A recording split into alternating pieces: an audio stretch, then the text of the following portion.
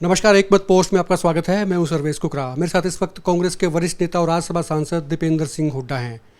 दीपेंद्र जी, 42 साल की उम्र, 4 बार एमपी, कांग्रेस की सरकार बनाने में कितना वक्त हरियाणा में? देखिए सर्वेश जी, आपका धन्यवाद और आपका इस इंट्रोडक्शन के लिए भी धन्यवाद। मैं लोगों का धन्यवाद करता हूँ। लोगों का इतना आशीर्वाद रहा है अभी तक मुझ पे, और उस आशीर्वाद का बहुत बड़ा मैं समझता हूँ एक बोझ मेरे आत्मा पे है। हमेशा मैं अपनी जिम्मेदारी निभाने की कोशिश करता हूँ। हमने पहले कहा भी है और इनफैक्ट लोग देख भी रहे हैं, मतलब फ्यूचर को आपके अंदर देखा जा रहा है। तो कांग्रेस की तरफ भी देख रहे हैं लोग, और कांग्रेस में दीपेंद्र सिंह हुड्डा पे नजरें हैं। हालांकि आप राज्यसभा में हैं, लेकिन प्रदेश में आपके दौरे बराबर रहते हैं।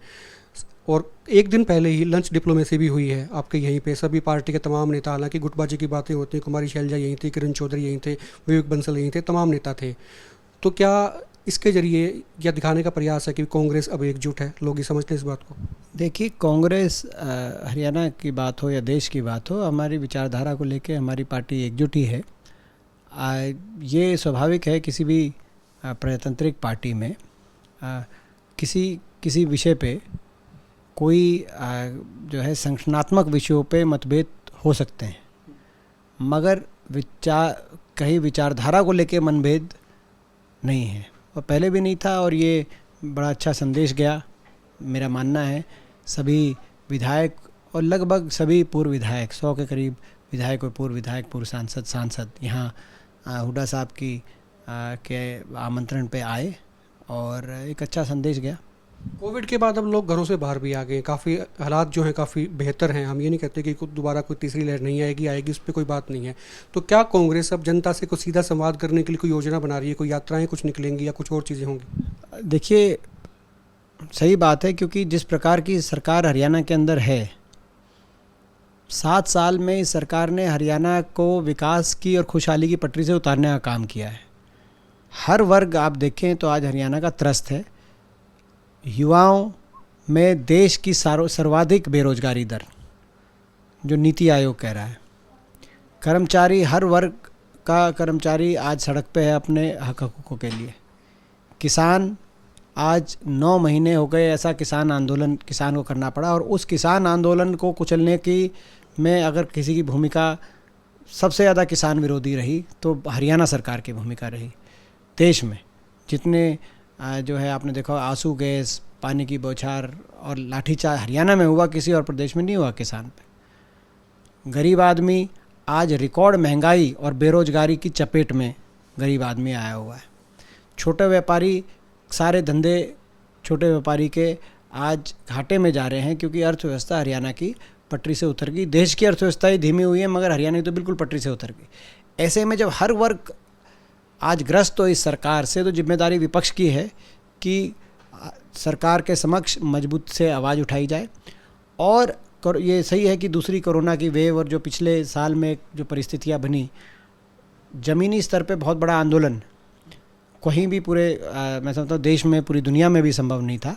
लेकिन अब जैसे जैसे कोरोना काल से पर्दा उठ रहा है, हम निश्चित तौर से सड़क से लेकर संसद तक लोगों के हकों की लड़ाई लड़ेंगे।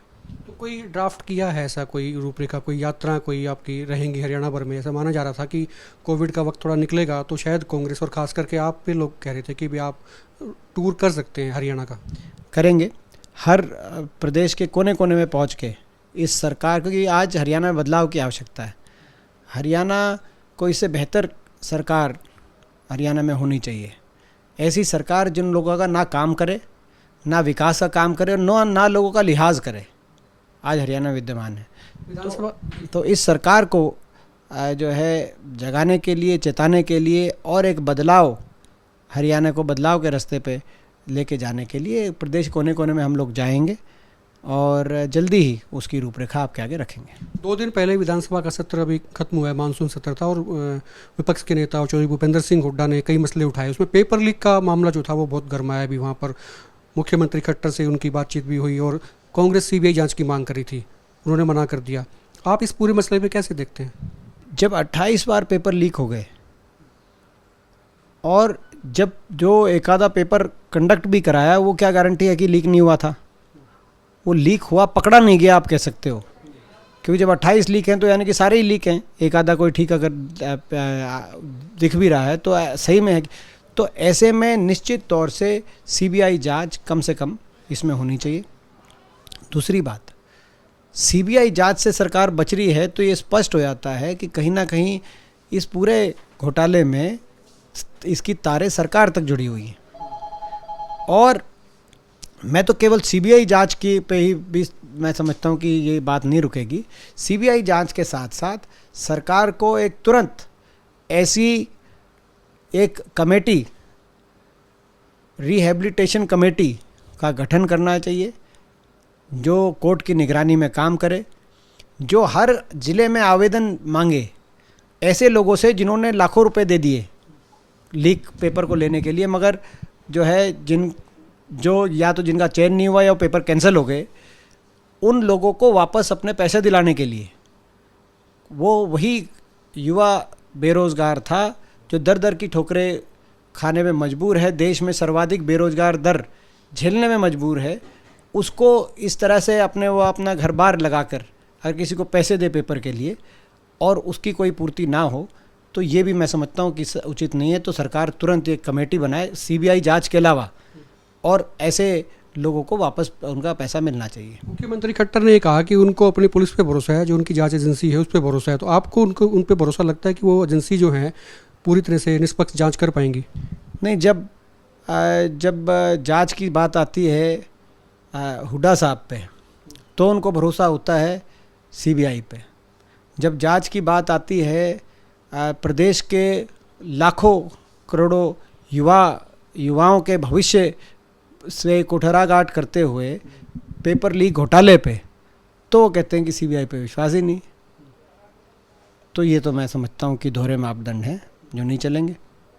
दुष्यंत चौटाला को आप किस तरह से लेते हैं? जो पूरा सेशन चला है मानसून का, उनकी भूमिका को आपने कैसे देखा है? मैं उनको सीरियसली नहीं लेता, क्योंकि राजनीति में एक बड़ी चीज़ होती है राजनीतिक नैतिकता। जो कहा जाए अपनी बात पे रहा जाए। अपने जो मतदाता से कोई विश्वासघात करे, मैं ऐसे किसी व्यक्ति को मैं सीरियसली राजनीति में नहीं लेता। जो सरकारी योजनाएं हैं, लोग कहते हैं कि उन योजनाओं पे बातें तो बड़ी बड़ी होती हैं, अमल नहीं होता है। और ख़ास करके जो गरीबों से जुड़ी योजनाएं हैं, पिछले दिनों क्या हुआ था कि जिन लोगों के लाडली योजना थी उसको बंद कर दिया गया, लेकिन उनकी जो बुढ़ापा पेंशन है उसमें वो कन्वर्ट नहीं हुए, वो दर दर की ठोकरें खा रहे हैं। देखिए, बहुत सी योजनाएं आपने देखा होगा कि एक हमारे विधायक वरुण मुलाना जी ने भी ये प्रश्न उठाया था जो आप कह रहे हो विधानसभा में। तो कहीं ना कहीं जो है ये भारतीय जनता पार्टी सरकार का जो ध्यान है वो सही मायने में गरीब या गरीब परिवार को फ़ायदे पहुंचाने की बजाय अपने योजनाओं का नामकरण बदल के उस पे तस्वीरें वगैरह चिपका कर अपना नाम लगाकर और ढिंढोरा पीटने पे ज़्यादा है। ये स्पष्ट रूप से आपने देखा भी, ये जो अनाज गरीब आदमी को अनाज देने की एक जो हमारे समय दाल रोटी स्कीम जो मिल रही थी उसके मुकाबले कहीं नहीं है। उस पर बड़ा क्रिटिसाइज हुआ, उसमें कहा कि राशन तो सरकारी है, उस पर फ़ोटो जो है संगठन के विस्तार पार्टी का प्रचार हो रहा है। एक बैग के ऊपर दुष्यंत चौटाला और सीएम खट्टर की फ़ोटो थी, तो किसी बैग के ऊपर सीएम खट्टर और उनके जो बीजेपी के प्रदेश अध्यक्ष हैं ओम प्रकाश धनखड़, उनकी फ़ोटो भी चस्पा हुई है। तो उसमें अनाज सरकारी था, उनकी जेब से अनाज नहीं गया है।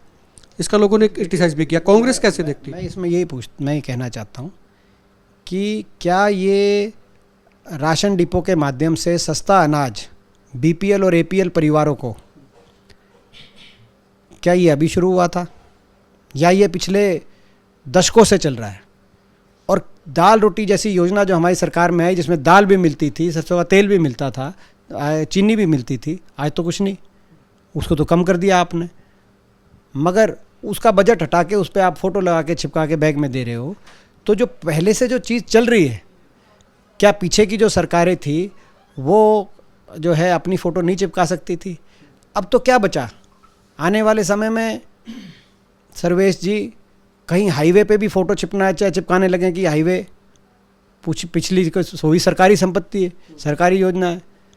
तो क्या पता हाईवे पे फ़ोटो दिखाई दे आपको, क्या पता आने वाले दिनों में ट्रेन पे फ़ोटो दिखे आपको, क्या पता आने वाले दिनों के अंदर किस किस चीज़ पे आपको फ़ोटो दिखे।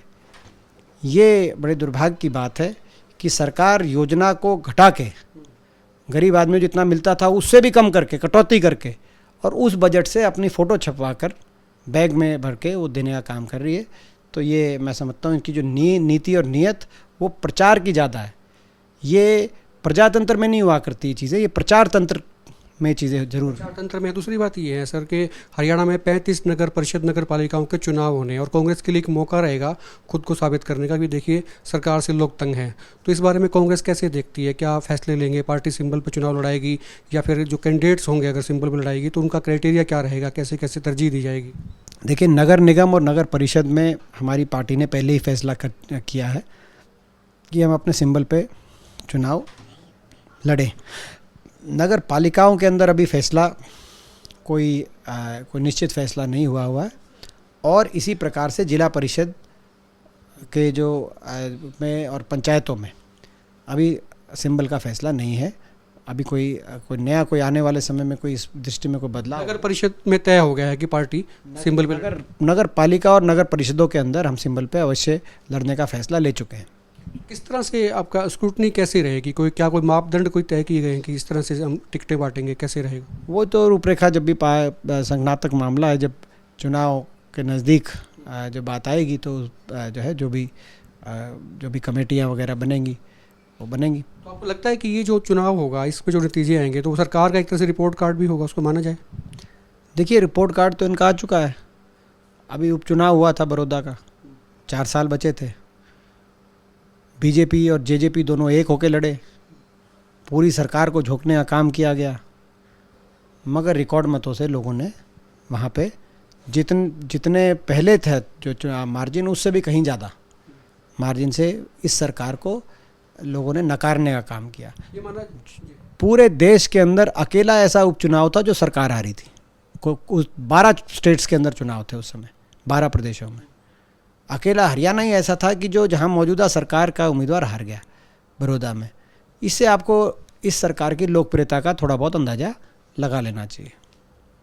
ये थे दीपेंद्र हुड्डा। और आपको क्या लगता है? आप अपने कमेंट में बाकी से नीचे लिखिए और आप देखते रहिए एकमत पोस्ट। नमस्कार।